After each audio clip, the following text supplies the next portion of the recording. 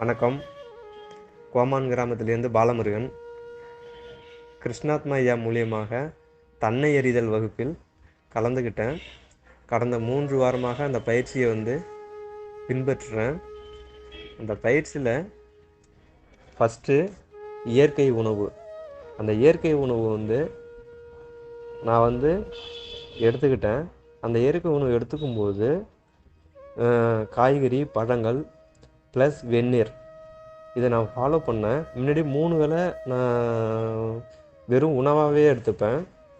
இப்போ ஒரு வேளை உணவு, மற்றது எல்லாமே பழங்கள் ப்ளஸ் ஜூஸு, வெந்நீர் இதை பயன்படுத்தும் போது எனக்கு என்ன ஆச்சுன்னா, உடல் தூய்மையானுச்சு. உடல் தூய்மையாகும்போது எனக்கு மனம் ரொம்ப ரொம்ப அமைதியாக இருந்துச்சு.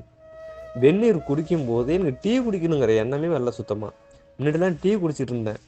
ஆனால் இப்போ டீ குடிக்கணுங்கிற எண்ணமே எனக்கு வர மாட்டேங்குது. வெந்நீர் எனக்கு பசியவும் கட்டுப்படுத்திடுது. இன்னும் ஒன்று, குடலில் மலத்தை வைக்க மாட்டேங்குது, ரிலீஸ் பண்ணிக்கிட்டே இருக்குது. 2 வேளை, காலையில் ஒரு வேளை, நைட்டு ஒரு வேளை.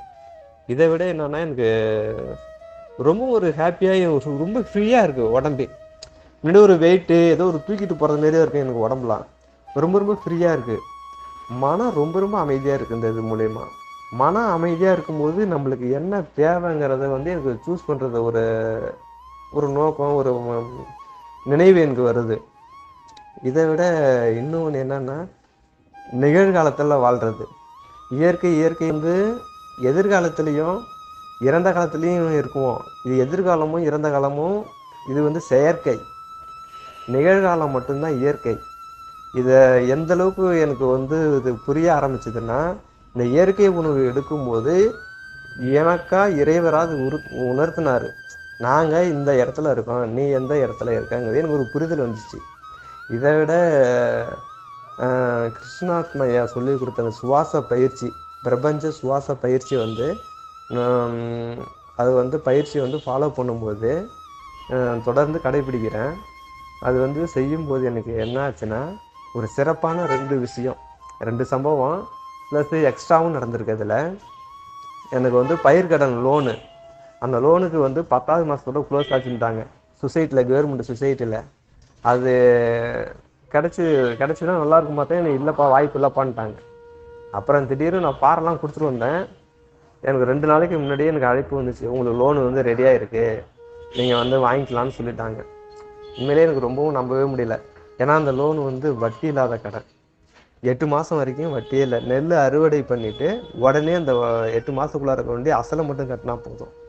இது ஒன்று லோன் எனக்கு கிளிக் ஆனிச்சு. அடுத்தது என்னன்னா, எனக்கு கடன் சுமையான ரொம்பவும் கொஞ்சம் ஒரு மன அமைதி இல்லாமல் இருந்தேன்.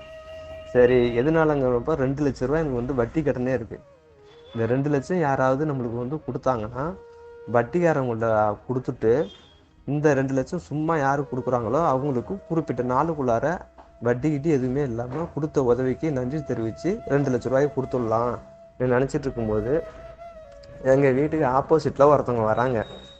அவங்க எங்களை நலம் விசாரிக்க வராங்க. என்னப்பா நல்லா இருக்கீங்களா? அவங்க கொஞ்சம் நல்லா வசதியானவங்க, நல்லா உள்ளவங்க கொண்டவங்க.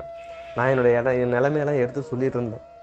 அவங்க என்ன செஞ்சுட்டாங்க, உனக்கு நான் 1 லட்ச ரூபா பணம் தரேன், இதை நீ எடுத்துக்கு, கரெக்டாக 1 வருஷம் கழித்து நீ வட்டியே இல்லாமல் எனக்கு கொடுத்துணுன்னு சொல்லிட்டாங்க. எனக்கு ரொம்ப ரொம்ப ஹாப்பியாக இருந்தது. யாராவது கொடுத்து உதவ மாட்டாங்களான்னு நினச்சிட்டு இருக்கும்போது உண்மையிலே இறைவர் தான் இது அனுப்புனாருங்கிறது எனக்கு ரொம்ப ரொம்ப ஒரு ஹாப்பியாக இருந்தது. அப்போ தான் இறைவருக்கும் குருவுக்கும் ரொம்ப ரொம்ப நன்றி சொன்னது. இந்த பிரபஞ்ச சுவாச பயிற்சிங்கிறது ரெகுலராக ஃபாலோ பண்ணும்போது நிறையா மாற்றங்கள். பிரபஞ்ச சுவாச பயிற்சியும் ப்ளஸ் அந்த ப்ரெசண்டில், அந்த நிகழ்காலத்தில் அந்த இறைவரும் இயற்கையும் எந்த அளவுக்கு நிகழ்காலத்தில் லவ் பண்ணுதோ அதே போல் தான் என்னோட மனமும் இப்போ நிகழ்காலத்துலேயே லயமாகுது. ப்ளஸ் வெளியில் எந்த பக்கமும் எனக்கு மனம் போகவே மாட்டேங்குது. நடந்ததை என்னோடய அனுபவங்களை பகிர்ந்துருக்கேன். சொல்லுங்கய்யா. நன்றி ஐயா.